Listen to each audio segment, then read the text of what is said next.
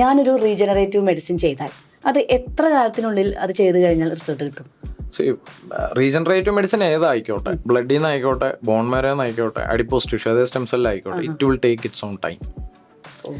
ഇത് 2-3 മാസം കൊണ്ട് ഇതിന് റിസൾട്ട് വരുള്ളൂ. അതാണ് ഫസ്റ്റ് അറിയേണ്ടത്. ഇന്ന് കുത്തി വെച്ചിട്ട് നാളെ എൻ്റെ ഡോക്ടറെ എൻ്റെ വേദന മാറുന്നില്ലോ, ഡോണ്ട് തിങ്ക് ലൈക്ക് ദാറ്റ്. ഇത് പതുക്കെ, കാരണം എന്താ, അതിന്റെ പേര് തന്നെ റീജനറേറ്റീവ് ആണ്. നിങ്ങളൊരു ചെടി നട്ടിട്ട് നാളെ അത് വളർന്നില്ലല്ലോ എന്ന് പറയുന്ന പോലെയാണ്.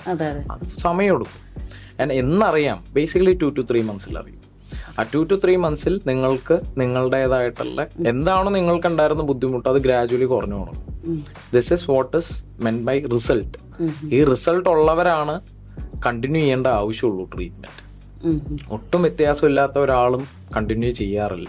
പിന്നെ ചിലവർക്ക് 1-2 സിറ്റിംഗ് കഴിയുമ്പോഴാണ് നമ്മൾ പ്രതീക്ഷിക്കുന്ന റിസൾട്ട് കിട്ടുന്നത്.